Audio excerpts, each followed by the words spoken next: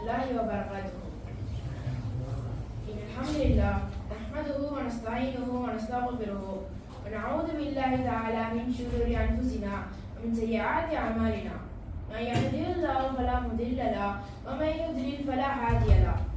وأشهد أن لا إله إلا الله وحده لا شريك له وأشهد أن محمدا عبده ورسوله أما بعد. கண்ணியத்திற்குரிய பெரியவர்களே, தாய்மார்களே, என் போன்ற மாணவ மாணவிகளே, நான் உங்களுக்கு மத்தியில் இஸ்லாம் வலியுறுத்தும் தான தர்மங்களை பற்றி உரையாடப் போகிறேன். இஸ்லாம் நம்மளை அதிகமாக தர்மம் செய்யுமாறு ஆர்வம் ஊட்டுகிறது. நாம் அதிகமாக தர்மம் செய்ய வேண்டும். எந்த அளவுக்கு என்றால், மஸலுல்லதீன யுன்ஃபிகூன அம்வாலஹும் ஃபீ ஸபீலில்லாஹ், தமது செல்வங்களை அல்லாஹ்வின் பாதையில் செலவிடுவோருக்கு ஒரு உதாரணம். கமசலில் ஹப்பத், ஒரு தானியம், அம்பத சபா சனாபில, அது 7 கதிர்களை முளைக்க செய்கிறது. ஃபீ குல்லி சும்புலத்தின் மிம்மா ஹப்பத், ஒவ்வொரு கதிரிலும் 100 தானியங்கள் உள்ளன.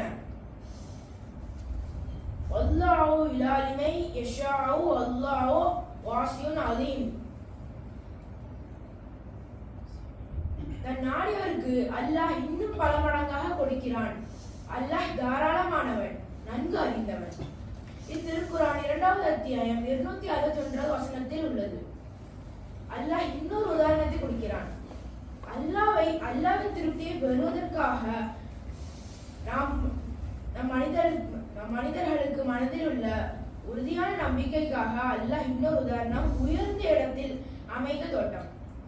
அத்தோட்டத்தில் பெருமழை பெய்தாலும் அத்தோட்டம் தனது உணவுப் பொருட்களை இறங்கு மடங்காக கொடுக்கிறது. மீண்டும் பெருமழை பெய்யாமல் விட்டாலும் தூறல் போதும் அதற்கு. நாம் செய்வதை அனைத்து அல்லாஹ் கவனிக்கிறான். அதாவது என்ன சொல்றாங்கன்னா, அல்லாஹ் இன்னொரு உதாரணமும் கொடுக்குறான். என்னன்னு பாத்தீங்கன்னா, உயரமான மலையில அமைந்திருக்க பெரிய தோட்டம். தோட்டத்துல எவ்வளவு பெரிய கனமழை பெஞ்சாலுமே சரி, அந்த தண்ணீர் எந்த சேதாரமும் இல்லாம அது உணவுப் பொருட்கள் 2 மடங்கா கொடுக்குது. அந்த பெருமழையே இல்லாம இருந்தாலுமே தூறல் போது அல்லாஹ் நம்ம செய்யற எல்லாத்தையும் கவனிச்சுட்டு இருக்கான். இது 2வது அத்தியாயம் 265வது வசனத்துல இருக்கு.